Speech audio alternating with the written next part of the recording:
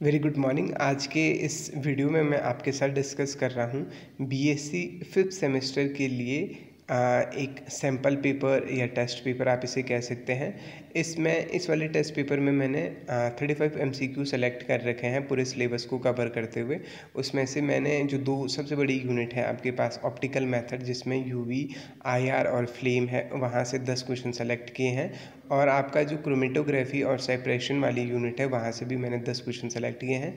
और बाकी जो 3 यूनिट हैं आपके पास, सबसे मैंने 5-5 सवाल सेलेक्ट किए हैं। तो टोटल 35 क्वेश्चन मैंने सेलेक्ट किए हैं। उन 35 क्वेश्चन का ये टेस्ट पेपर है। और एक और बात, आपको क्या करना है, आपको एक कॉपी और एक पेन लेनी है। आपको अपने जो करेक्ट आंसर है उसे कॉपी में लिख देना है, जैसे ऑप्शन नंबर 1 का ये, ऑप्शन नंबर 2 का ये। इस पेपर में मैं आंसर की डिस्कस नहीं कर रहा हूँ। इस पेपर की जो आंसर की होगी वो मैं कल 8 बजे रात यानी 27 तारीख को 8 बजे रात उसको डिस्कस करूँगा। उसको मैं जो आंसर की होगी उसको अपलोड करूँगा अपने YouTube अकाउंट पे। आप वहाँ जाके उसको देख सकते हैं। फ़िलहाल हम पेपर स्टार्ट करते हैं। तो पहला जो सवाल है, HPLC स्टैंड फॉर मतलब क्या है। HPLC का फुल फॉर्म है, ऑप्शन नंबर ए है high pressure liquid chromatography, B है high performance liquid chromatography, C है both A and B, D है हाई प्रॉफिट लिक्विड क्रोमेटोग्राफी। तो बेसिकली HPLC का जो फुल फॉर्म होता है वो आपको बताना है। इसमें से जो भी आपका करेक्ट आंसर है वो आपको मार्क करना है।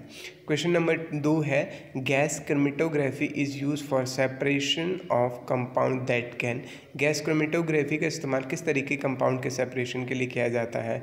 ऑप्शन नंबर ए है vaporize without decomposition, option number B है vaporize with decomposition, C that easily melt, D all of this. तो बेसिकली इसमें से भी जो भी आपका करेक्ट आंसर आपको लगता है वो आपको मार्क करना है। क्वेश्चन नंबर 3 है TLC can be use for separation of. TLC का इस्तेमाल किसके सेपरेशन के लिए किया जाता है। ऑप्शन नंबर 1 है सिनमेल्ड्स, बी है फैटिक एसिड, सी है पेस्टिसाइड, डी है ऑल ऑफ दिस। और आपको चौथा सवाल जो है which of the following is use as carrier in gas chromatography. इनमें से कौन गैस क्रोमेटोग्राफी में बतौर कैरियर का काम करता है। ऑप्शन नंबर ए है कार्बन डाइऑक्साइड, बी है ऑक्सीजन, सी है हीलियम, डी है मीथेन। जो भी आपका सही आंसर है आप उसे मार्क करेंगे और कमेंट करके उसे बताएंगे। पांचवा सवाल है इन chromatography separation which of the following is most appropriate for the quantitative analysis of substance. Option A है retardation taking factor, option B है कैपेसिटी फैक्टर, सी है रिटेंशन फैक्टर, डी है रेजोल्यूशन। क्रोमेटोग्राफी सेपरेशन में इनमें से कौन सा सबसे अप्रोप्रिएट, सबसे अहम चीज़ है आपका सेपरेशन के लिए। ऑप्शन नंबर ए है टेकिंग फैक्टर, बी है कैपेसिटी फैक्टर, सी है रिटेंशन फैक्टर, डी है रेजोल्यूशन। अब छठवां सवाल है which of the following is use as spraying reagent in paper chromatography. इनमें से कौन सा पेपर क्रोमेटोग्राफी में स्प्रेइंग रिएजेंट मतलब किसकी स्प्रे आप पेपर पे करते हैं। ऑप्शन नंबर ए है कंसनट्रेटेड HCl, बी है NaCl सॉल्यूशन, सी है निनहाइड्रिन सॉल्यूशन, डी है CuSO4। तो जो भी आपका करेक्ट आंसर है वो आपको मार्क करना है। सातवां सवाल है ion exchange chromatography is based on. Ion exchange chromatography किस पे बेस्ड होती है। ऑप्शन नंबर ए है इलेक्ट्रोस्टैटिक अट्रैक्शन, बी है electric mobility of ionic species, C है पार्टीशन क्रोमेटोग्राफी, डी है absorption chromatography.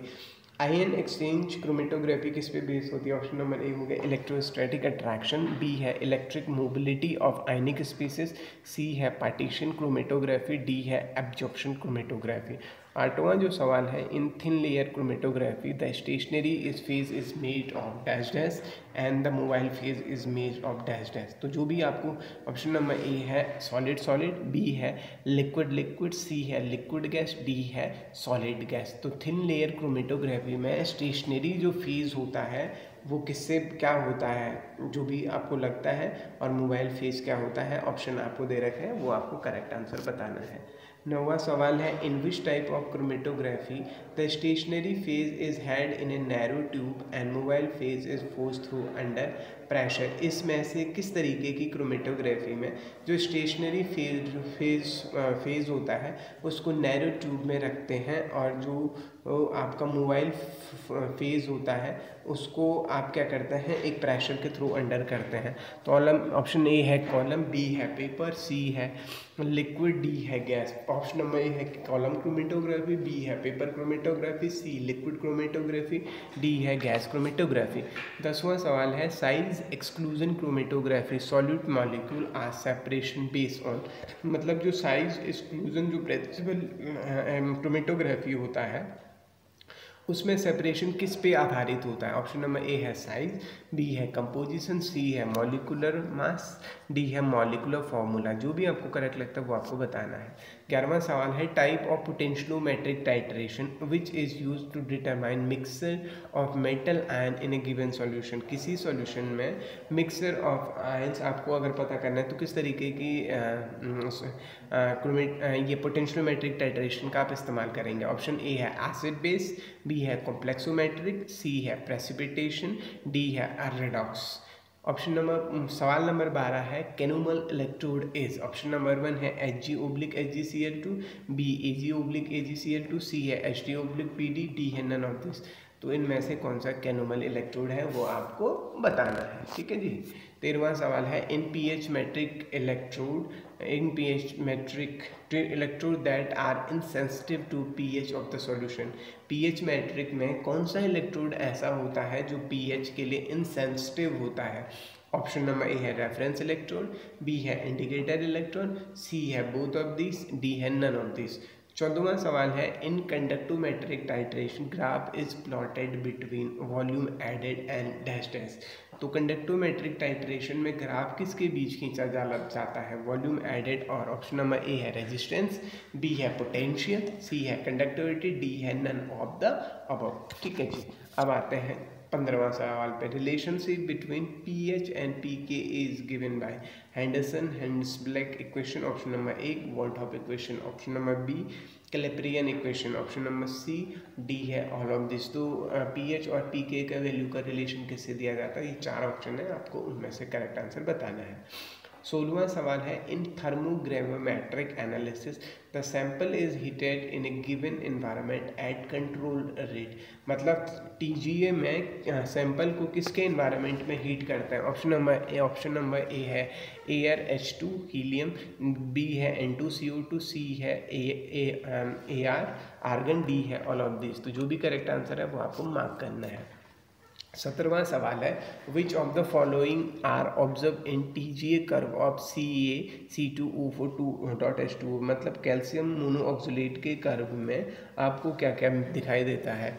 Option number A H2O loss weight at 100 degree Celsius, 100 degree Celsius पे H2O loss होता है, B है CO loss होता है 400 डिग्री सेल्सियस पे, सी है CO2 लॉस होता है 680 डिग्री सेल्सियस पे, डी है ऑल ऑफ दिस। तो जो भी करेक्ट है आपको बताना है।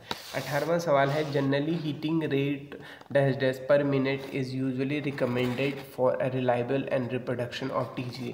मतलब सवाल का मतलब क्या है, TGA में हीटिंग रेट कितना होता है पर मिनट, मतलब 1 मिनट में TGA कितना हीट करता है, कितना ज़्यादा हीट करता है।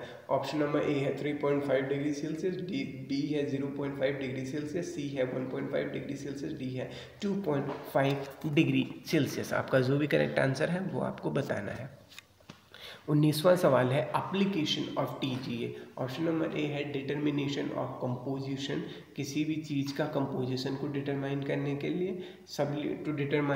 To study the sublimation behavior of various substance के सब्लिमेशन बिहेवियर को स्टडी करने के लिए, C TGA is study to kinetics of reaction at reaction the rate constant.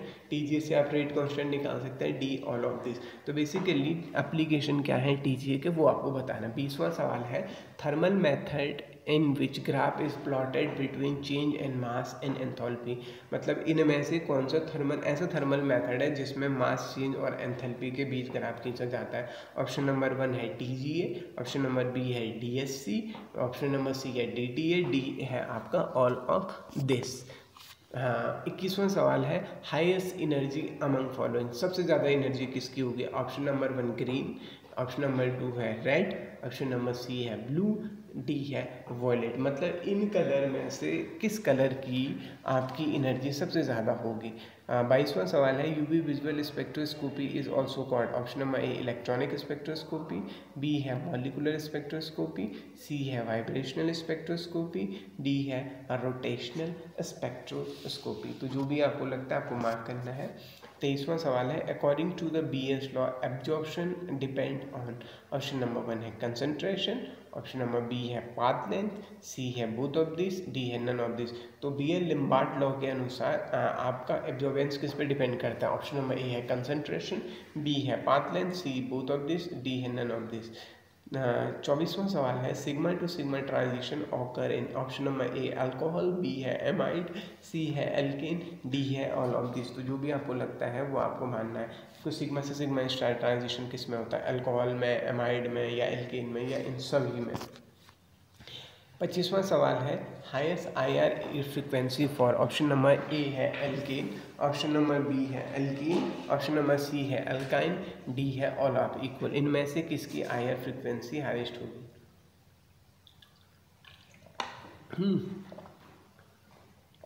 Alkene, alkene, alkyne और ऑल ऑफ दिस। 26वां सवाल है spectroscopic technique which is use for functional group detection. इनमें से कौन सा टेक्निक का इस्तेमाल फंक्शनल ग्रुप डिटेक्शन में किया जाता है। तो ऑप्शन नंबर ए है आपके पास यूवी, बी है एनएमआर, सी है ईएसआर, डी है आपका आईआर। आप 27वां सवाल कर रहे हैं on which of the following factor the vibrational stretching frequency of the atomic molecule depend upon. इनमें से किस फैक्टर पे किसी भी डाई एटॉमिक मॉलिक्यूल की स्ट्रेचिंग फ्रीक्वेंसी डिपेंड करती है। ऑप्शन नंबर ए है फोर्स कांस्टेंट, बी है एटॉमिक पॉपुलेशन, सी है टेम्परेचर, डी है मैग्नेटिक फील्ड। 28वां सवाल है which is the correct increasing order of stretching frequency of carbon triple bond, carbon carbon double bond, carbon carbon single bond, carbon. आपके पास 4 option है, इन 4 ऑप्शनों में से आपको सही आंसर जो है वो बताना। थोड़ी देर उसको देख लीजिए।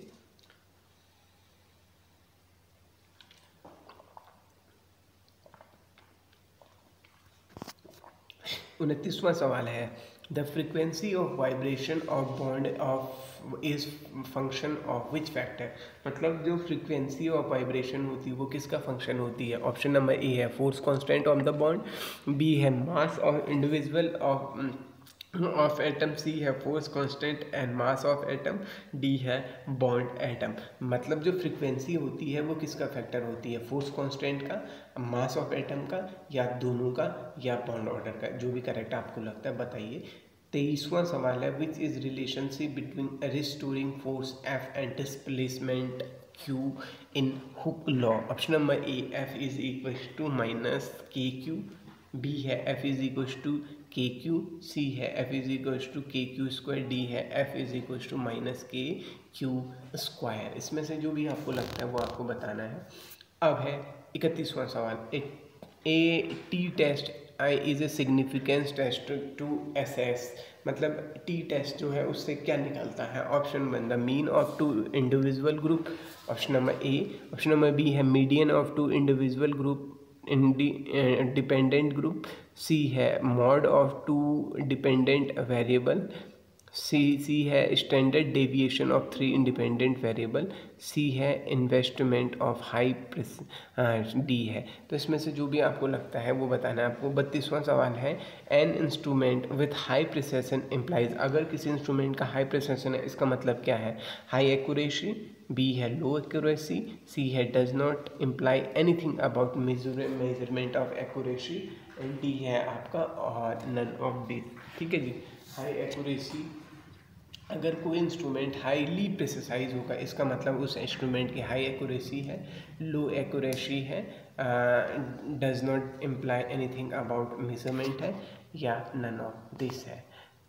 33वां सवाल है low accuracy measurement from high precision. Low accuracy measurement from a high precision instrument is normally cause by. मतलब लो एक्यूरेसी आ रही है और इंस्ट्रूमेंट अगर बहुत ज़्यादा प्रिसाइज है इसका मतलब क्या है, bias in measurement, option number 1, B है ह्यूमन एरर, डी है इंस्ट्रूमेंटल डिफेक्ट, सी है लो टेम्परेचर। और 34वां सवाल आपके पास है, for an instrument that the degree of reproducibility और reproducibility is in measurement is express in, मतलब किसी भी इंस्ट्रूमेंट का डिग्री ऑफ रिप्रोडक्टिबिलिटी या रिप्रोड्यूसिबिलिटी जो होता है वो क्या होता है। ऑप्शन 1 है प्रिसिशन, बी है एक्यूरेसी, सी है सेंसिटिविटी, डी है लीनियरिटी। ठीक है जी। 35वां सवाल है, during the measurement the measure value B an absolute error A, what will the relative error. अगर मेजर वैल्यू बी है और एब्सोल्यूट एरर अगर ए है तो तब रिलेटिव एरर क्या होगा। ऑप्शन नंबर ए है A upon B, option number B है B upon A, option number C है A plus 1 upon B, D है आपका B plus A upon A. तो ये आपको जो भी आंसर लगते हैं वो आपको बताने हैं। आपके आंसर मुझे आप व्हाट्सएप पे भी मैसेज कर सकते हैं या कमेंट करके भी बता सकते हैं। और अगर आपको लग रहा है कि इस वीडियो में आपको सोल्यूशन की ज़रूरत पड़ेगी तो आप मुझसे भी बता सकते हैं। अगर आपको वीडियो पसंद आया तो बाकी लोगों तक शेयर कीजिए। Thank you.